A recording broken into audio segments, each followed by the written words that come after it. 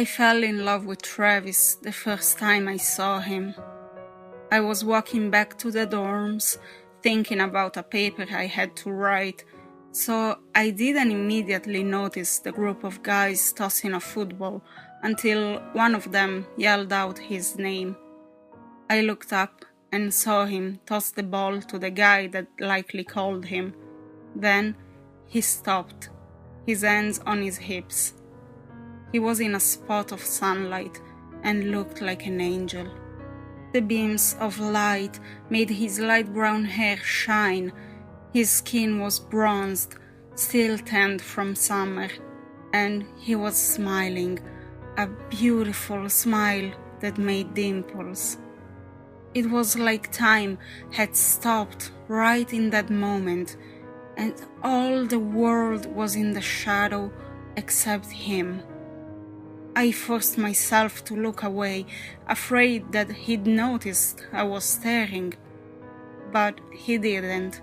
He never even looked in my direction. A couple of weeks later, I knew all the classes he attended and his football practice schedule, so I could go watch him play. I even knew what his favorite pizza was.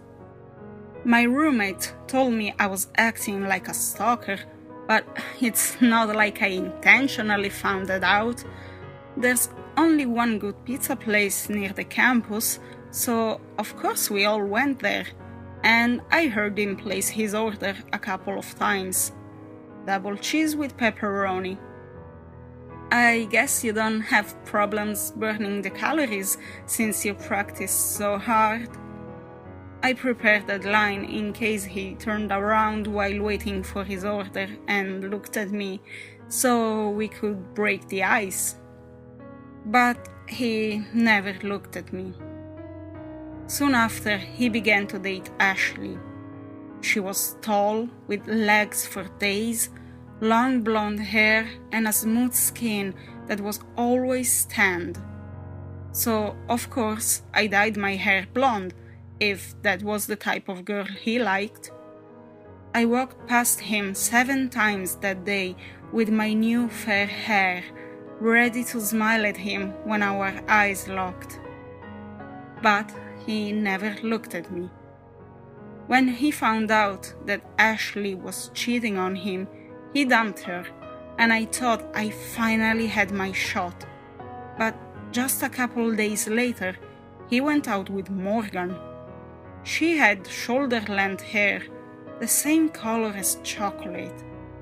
So, of course, the day after seeing them laughing at a booth at the pizza place, I hugged one of the stalls in the bathroom and watched the water pouring down from the shower, washing away the color from my now shorter hair. When she had the accident, everyone thought she just lost control of the car because the streets were covered in ice. Nobody even thought of checking the brakes. Which is a good thing. Not that anyone could have connected it to me, like nobody ever knew who wrote Travis the anonymous note about Ashley the whore. I knew Travis wouldn't have moved on so quickly this time. He went to visit Morgan almost every day. He is such a caring guy. It's one of the reasons I love him. But after a month passed, and the doctors declared that it was very unlikely she'd ever wake up from the coma, he accepted the thing. I was always on the bleachers, watching every game and every practice, sure that it was just a matter of time before he approached me. You're either a big fan of football or a big fan of someone on the team, he would have said, smiling, that adorable, perfect smile. But he didn't approach me. He never looked at me. I realized that I went at that all wrong. I dyed my hair back to their natural hazel color and let them grow the same length they'd always been. I've waited to put in motion my perfect plan, and tonight it's all going to happen. It's Valentine's Day, the perfect day to confess my love to him, and he'll finally notice me. I smile, thinking about the moment when he'll finally realize I'm the one for him, not those other sluts. I'm finishing the last stitch with great care, because everyone knows that gifts mean so much more if they're handmade, coming from the heart. I take a step back to admire my work. I smile again and sit, waiting for him. I don't have to wait long, about 10 minutes, and he's in the room with me. His surprised eyes take a moment to focus the room, but then they meet mine. My heart skips a beat as tears fill my eyes. "Hi, Travis." He mumbles something, still surprised, I think. I don't know, the muzzle makes it hard to understand what he's saying.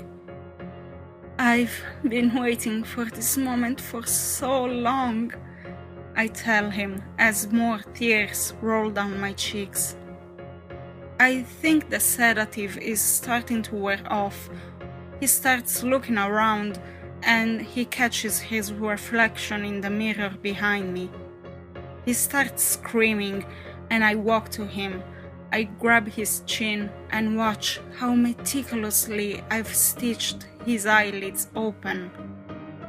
My voice breaks as I keep crying, unable to stop smiling. "Now do you see me?"